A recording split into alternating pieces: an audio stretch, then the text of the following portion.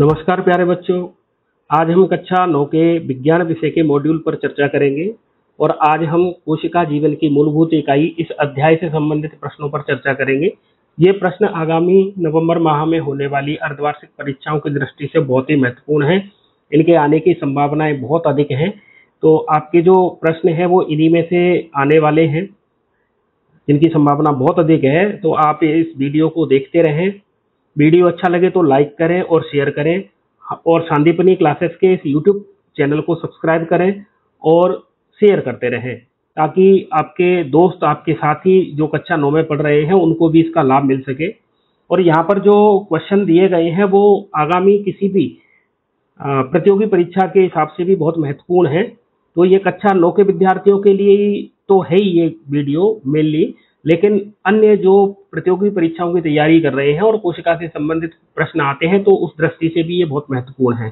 तो चलिए हम वीडियो को शुरू करते हैं और देखते हैं। सबसे पहला प्रश्न दे रखा है, कोशिका की खोज किस वैज्ञानिक के द्वारा की गई थी? तो इसका राइट आंसर होगा, कोशिका की खोज रॉबर्ट हुक के द्वारा की गई थी 1665 में। और रॉबर्ट हुक ने जो कोशिका देखी थी वो कॉर्क के टुकड़े में देखी थी। वो एक डेड सेल थी, अर्थात निर्जीव कोशिका को खोजने वाले वैज्ञानिक थे रॉबर्ट हुक, और जीवित कोशिका लिविंग सेल को खोजने वाले थे ल्यूवेन हॉक। इसी प्रकार यहाँ पर कुछ और ऑप्शन दे रखे हैं, तो हम इन पे भी चर्चा कर लेते हैं। देखो, ये वीडियो ऐसा नहीं है कि जल्दी जल्दी से और आपको ये सारे आंसर दे दें, ऐसा नहीं करेंगे। आपको व्याख्या सहित उत्तर बताए जाएंगे और बाकी के ऑप्शन में का भी कुछ न कुछ सेंस रहता है, तो हम उन पर भी चर्चा करेंगे जो आपके लिए बहुत महत्वपूर्ण रहेगा। तो वीडियो को स्किप नहीं करें और पूरा देखते रहें। रॉबर्ट ब्राउन जो ऑप्शन में दे रखे हैं, तो रॉबर्ट ब्राउन ने केंद्रक की खोज की थी, तो इनका संबंध होगा केंद्रक की खोज से। लिनियस ये वर्गीकी के जनक कहलाते हैं, taxonomy, father of taxonomy Linnaeus को कहते हैं। और लेमार्क ने उपार्जित लक्षणों की वंशागति, इवोल्यूशन से संबंधित ये वैज्ञानिक रहे हैं। तो यहाँ पर हमसे कोशिका की खोज के बारे में पूछा गया है, तो इसका आंसर होगा रॉबर्ट हुक। कोशिका में आत्महत्या का थैला किसे कहते हैं? तो आत्महत्या की थैली, सुसाइडल बैग के बारे में बात हो रही है, तो इसका राइट आंसर होगा लाइसोसोम, जो ऑप्शन साफ दे रखा है। लेकिन हम यहाँ पर चर्चा करेंगे। देखो, पहले ऑप्शन पे दे रखा है माइटोकॉन्ड्रिया, तो ये जो माइटोकॉन्ड्रिया है इसको क्या कहते हैं? तो माइटोकॉन्ड्रिया को कोशिका का शक्ति ग्रह या ऊर्जा ग्रह और अंग्रेजी में इसे पावर हाउस कहते हैं। केंद्रक को, तो ये जो न्यूक्लियस है, केंद्रक है, ये कंट्रोल सेंटर होता है एक सेल का। राइबोसोम, देखो राइबोसोम प्रोटीन फैक्ट्री, प्रोटीन का कारखाना कहलाता है। तो देखिए, एक प्रश्न से हम लगभग 3 या 4 प्रश्न तैयार कर पा रहे हैं। इस तरीके से बहुत सारे प्रश्न हो जाएंगे, और अगर आप इस तरीके से तैयारी करते हो तो आपका एक भी प्रश्न गलत होने की संभावना नहीं रहेगी और आप बहुत अच्छा स्कोर कर पाएंगे। तो वीडियो को पूरा देखें और अंत तक देखें और अपने यार दोस्तों के साथ इसे शेयर भी करें। अगला प्रश्न देखते हैं, सूक्ष्म जीवों को देखने के लिए किसका उपयोग किया जाता है? तो ऑप्शन में दे रखे हैं दर्पण। देखो, दर्पण की सहायता से हम अपना चेहरा भी देखते हैं। घर पर जो अपन जो चेहरा देखते हैं वो दर्पण मिरर होता है। जैसे गाड़ियों में साइड मिरर लगे रहते हैं जो पीछे के वाहनों को दिखाते हैं। लेंस, लेंस से किसी वस्तु को, छोटी वस्तु को बढ़ा करके देखा जा सकता है, लेकिन सबसे अच्छे तरीके से सूक्ष्मदर्शी के द्वारा देखा जाता है। तो इसका राइट आंसर होगा सूक्ष्मदर्शी। और दूर की वस्तुओं को देखने के लिए हम दूरबीन का इस्तेमाल करते हैं। अगला प्रश्न है, कोशिका झिल्ली किसकी बनी होती है? देखो, सेल मेम्ब्रेन की बात हो रही है। सेल मेम्ब्रेन किससे बनी होती है? यहाँ ऑप्शन दे रखे हैं लिपिड, प्रोटीन, लिपिड व प्रोटीन, और इनमें से कोई नहीं।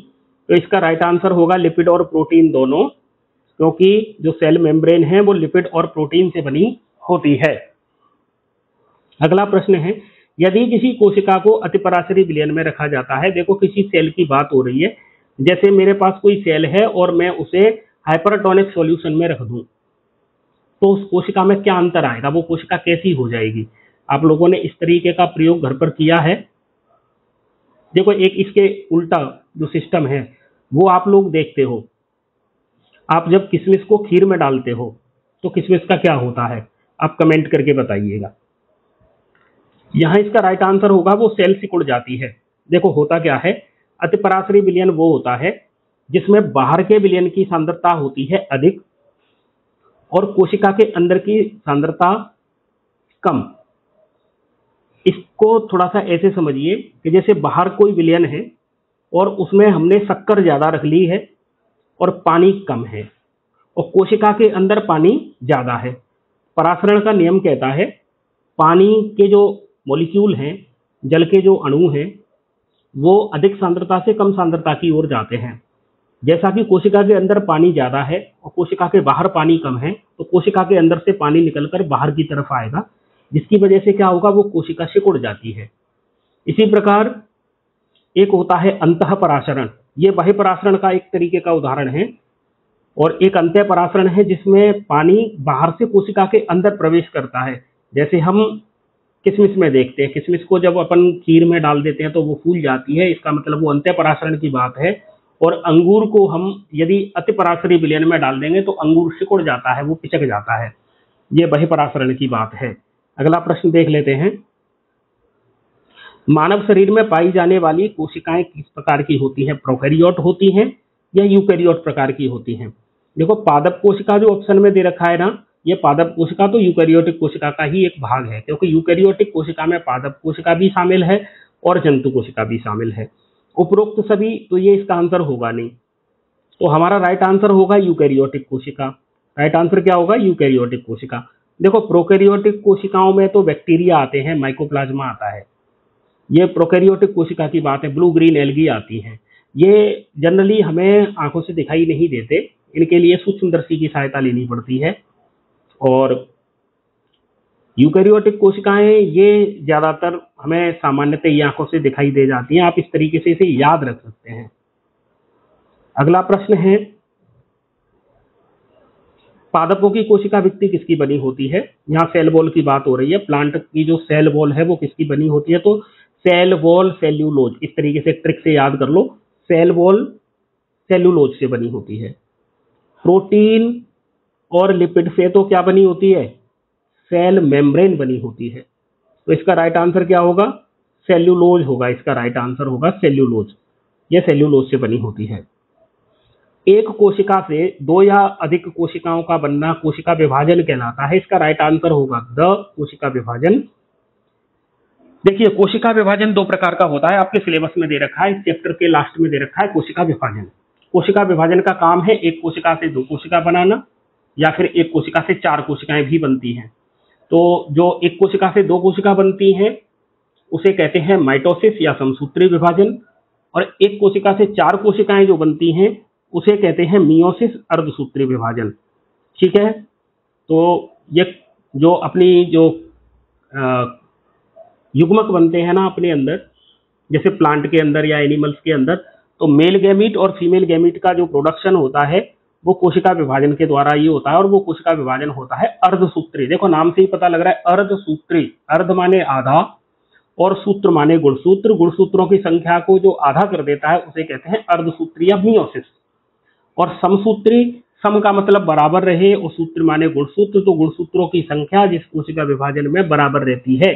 जनक कोशिका से बनने वाली पुत्री कोशिकाओं में गुणसूत्रों की संख्या यदि समान रहती है तो समसूत्री विभाजन, और यदि आधी हो जाती है तो अर्धसूत्री विभाजन। रिक्तिकाएं पाई जाती हैं, देखो रिक्तिकाएं पादप कोशिकाओं में पाई जाती हैं, ये बात सही है, तो इसका राइट आंसर तो होगा पादप कोशिका में। लेकिन थोड़ा सा एक और विचार करते हैं, ये जो रिक्तिकाएं होती हैं वो जंतु कोशिका में भी मिलती हैं, लेकिन बहुत छोटी होती हैं या फिर नहीं भी होती है। लेकिन पादप कोशिका के अंदर जो रिक्तिकाएं मिलती हैं, रिक्तिका को अपन अंग्रेजी में वैक्यूल्स कहते हैं, ये साइज में बहुत बड़ी होती हैं। जंतुओं के शरीर की संरचनात्मक एवं क्रियात्मक इकाई का नाम पूछा गया है, तो इसका राइट आंसर क्या होगा? कोशिका होगा। राइट आंसर इसका क्या होगा? कोशिका होगा। सेल, सेल क्या है? The fundamental unit of life, या फिर structural and functional unit of body, शरीर, तो इसे कहते हैं कोशिका। देखो, कोशिकाओं के ग्रुप को ऊतक कहते हैं, तो ऊतक तो इसका आंसर होगा नहीं। और गुणसूत्र या क्रोमोसोम ये न्यूक्लियस के अंदर पाए जाते हैं, और न्यूक्लियस कोशिका के अंदर होता है, तो ये भी आंसर नहीं होगा। अब जीन, जीन गुणसूत्रों पर व्यवस्थित हैं, तो ये भी आंसर नहीं होगा, तो इसका राइट आंसर होगा कोशिका। अब अपने चर्चा करेंगे एक शब्द में जो उत्तर देने हैं उनके बारे में। देखिए, पहला प्रश्न है, जीवन की मूल इकाई अर्थात फंडामेंटल यूनिट ऑफ लाइफ, तो इसका आंसर होगा सेल, कोशिका। कोशिका की खोज किसके द्वारा की गई थी, अभी बताया था, कोशिका की खोज रॉबर्ट हुक के द्वारा की गई थी।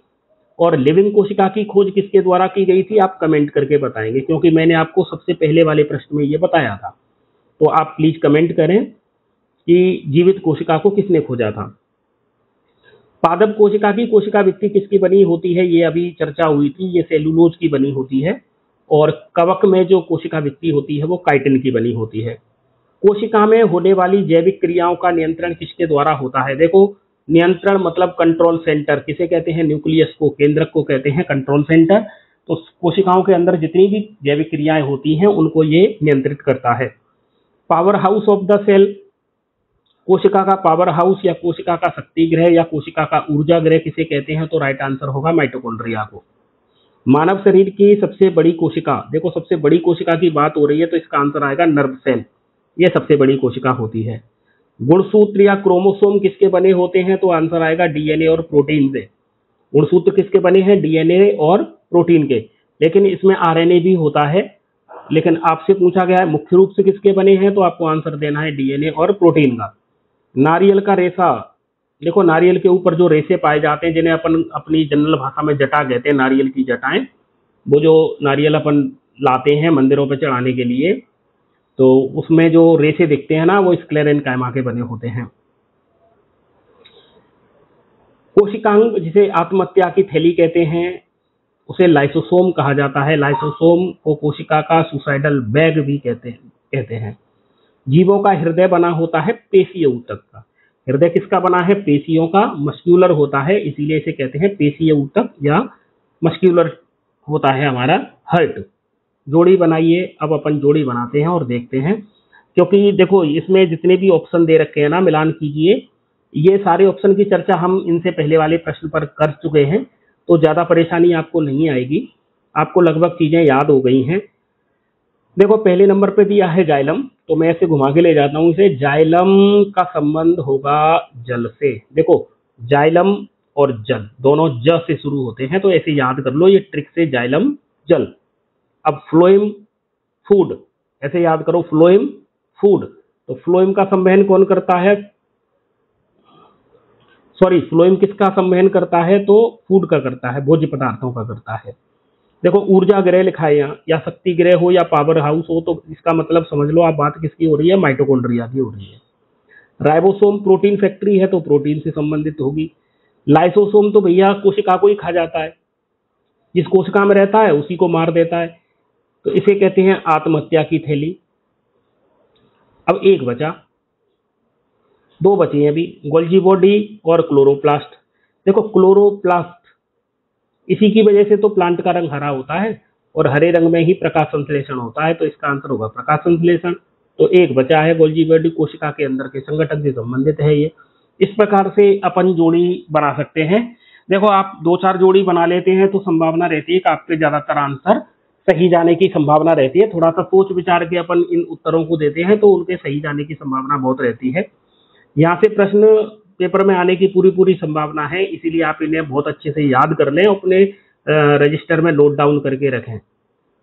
यदि आपको वीडियो अच्छा लग रहा है तो वीडियो को लाइक कर दें और अपने दोस्तों के साथ शेयर भी कर दें, और संदीपनी क्लासेस के इस यूट्यूब चैनल को सब्सक्राइब करें और बेल आइकन को दबाएं और ऑल पर क्लिक करें।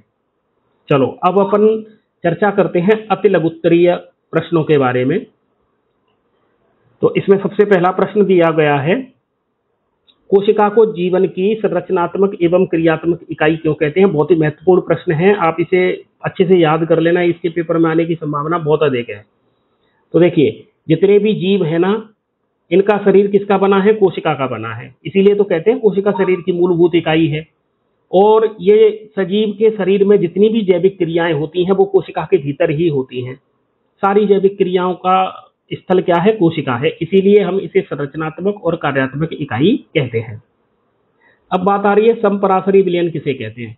देखो समपराशरी मतलब कोशिका के अंदर और कोशिका के बाहर के विलयनों की यदि सांद्रता बराबर है तो हम उसे कहते हैं समपराशरी विलयन। देखो यहाँ लिखा हुआ है, ऐसा विलयन जिसमें जल की सांद्रता कोशिका में स्थित जल की सांद्रता के ठीक बराबर हो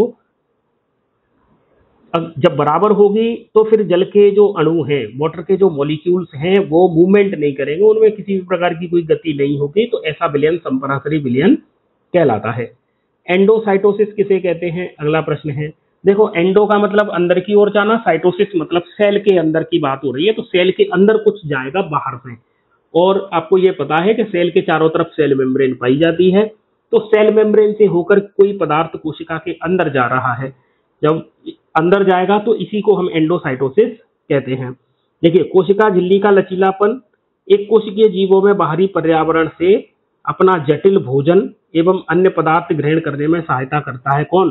कोशिका झिल्ली की वजह से इनका लचीलापन होता है। जो एक कोशिकीय जीव होते हैं, तो कोशिका झिल्ली से जटिल भोज्य पदार्थ और अन्य पदार्थ कोशिका के अंदर जाते हैं, इसी क्रिया को एंडोसाइटोसिस कहते हैं। जैसे अमीबा अपना भोजन किससे प्राप्त करता है, तो एंडोसाइटोसिस के द्वारा करता है। अगला प्रश्न है पिनोसाइटोसिस। देखो, आप इसे एक ट्रिक से याद कर सकते हो। पिनोसाइटोसिस कौन से अक्षर से शुरू हो रहा है हिंदी में? प से, है ना। और हम जैसे हम पानी पीते हैं, तो पानी पीते हैं, पीना किससे शुरू हो रहा है? प से। इसका मतलब तरल पदार्थों को अंदर लेना। इसका मतलब ये कोशिका क्या कर रही है? ड्रिंकिंग कर रही है, तो हम इसे कहते हैं पिनोसाइटोसिस। तो द्रव पदार्थों का अंतर्ग्रहण क्या कहलाता है? पिनोसाइटोसिस। सीधा सीधा है, लिक्विड पदार्थ अंदर जा रहा है तो इसे पिनोसाइटोसिस कहते हैं। यदि सॉलिड अंदर जा रहा है तो उसे फेगोसाइटोसिस कहते हैं। अगला प्रश्न है अमीबा अपना भोजन, तो वही अभी आंसर दिया था, एंडोसाइटोसिस और डिफ्यूजन, विसरण के द्वारा ऐसा करता है। अगला प्रश्न देख लेते हैं। दो ऐसे अंगकों के नाम बताइए जिनमें स्वयं का आनुवांशिक पदार्थ मतलब स्वयं का डीएनए हो, तो उनके नाम है प्लास्टिड और माइटोकॉन्ड्रिया। बहुत ही इंपॉर्टेंट प्रश्न है, आप इसे अच्छे से याद कर लें। ऐसे दो अंगक जिनमें स्वयं का आनुवांशिक पदार्थ जैसे कि डीएनए हो, तो उनके आंसर हैं प्लास्टिड और माइटोकॉन्ड्रिया। एक चीज और याद रखेंगे, ये दोनों प्लास्टिड और माइटोकॉन्ड्रिया, इनमें खुद का डीएनए तो होता ही है, साथ में इनमें राइबोसोम भी खुद का होता है, तो राइबोसोम को भी याद रखें। कोशिका के अंदर प्रोटीन का संश्लेषण कहाँ होता है भैया? प्रोटीन का संश्लेषण कहाँ होता है? अभी बताया था, राइबोसोम को प्रोटीन का कारखाना या प्रोटीन की फैक्ट्री कहते हैं। अरे भाई, फैक्ट्री के अंदर ही तो प्रोटीन बन रही है, और वो फैक्ट्री का नाम क्या है? राइबोसोम। तो राइबोसोम का काम क्या हो गया? प्रोटीन का संश्लेषण करना, तो इसका राइट आंसर होगा राइबोसोम के द्वारा। रसधानी का कार्य पूछा गया है। रसधानी को वैक्यूल्स कहते हैं, और वैक्यूल्स अभी इससे पहले वाले प्रश्न में चर्चा हुई थी। प्लांट सेल में लार्ज वैक्यूल्स होती है, बड़ी होती है रसधानी। तो ये क्या करती है? ये अपशिष्ट पदार्थों को संचय करके रखती है, स्टोर कर लेती है, और कोशिकाओं में जल संबंध को बनाए रखती है। अगला प्रश्न है माइटोकॉन्ड्रिया के दो कार्य पूछे गए हैं, दो कार्य लिखने हैं। देखो, माइटोकॉन्ड्रिया को अपन क्या कहते हैं? पावर हाउस कहते हैं, शक्ति ग्रह या ऊर्जा ग्रह कहते हैं। और ऊर्जा किस रूप में होती है? एटीपी के रूप में। तो सीधा सीधा याद रखना है, माइटोकॉन्ड्रिया नंबर 1 ये जैविक कार्यों के लिए ऊर्जा के रूप में एटीपी का निर्माण करती है और प्रोटीन संश्लेषण में भी भाग लेती है। तो ये दो इसके आंसर हैं, इनको आप याद रखेंगे। ये महत्वपूर्ण प्रश्न हैं, इनको आप अच्छे से नोट डाउन करके बार बार इन्हें याद करते रहें, याद हो जाएंगे। अगला है लवक के दो कार्य पूछे गए हैं। देखो, लवक मतलब हरित लवक हो, तो देखो हरित लवक की वजह से ही तो पादप की पत्तियों का रंग हरा होता है, और आपको पता है हरे रंग में प्रकाश संश्लेषण की क्रिया होती है, तो प्रकाश संश्लेषण के लिए जिम्मेदार हो जाएगा लवक, और इसके द्वारा पौधा अपना भोजन बनाता है और हमारे लिए ऑक्सीजन बनाता है साथ में। दूसरा, इसकी वजह से पुष्पों में या फल के रंग भी होते हैं, जैसे गुलाब के फूल का रंग अलग है, सरसों के फूल का रंग अलग है, कनेर के फूल का रंग अलग है ना, और चाइना रोज जिसे अपन गुड़हल कहते हैं, उसके फूल का रंग अलग है। तो ये जो अलग अलग रंग के फूल हैं, ये रंग किसकी वजह से आता है? ये लवक की वजह से आता है। तो इस प्रकार ये जो प्रश्न हमने अभी तक किए हैं, ये प्रश्न सब बहुत महत्वपूर्ण हैं, आप इनको याद कर लें और अपने दोस्तों के साथ इस वीडियो को शेयर करें और वीडियो को लाइक कर दें। अगले वीडियो में हम यहाँ से आगे के प्रश्नों के बारे में चर्चा करेंगे, तो देखते रहिए संदीपनी क्लासेस की इस यूट्यूब चैनल को। और अगले वीडियो के लिए बहुत जल्द ही हम अगला वीडियो अपलोड करेंगे। इस वीडियो को देखने के लिए आपने समय निकाला, आपका बहुत बहुत धन्यवाद। जय हिंद।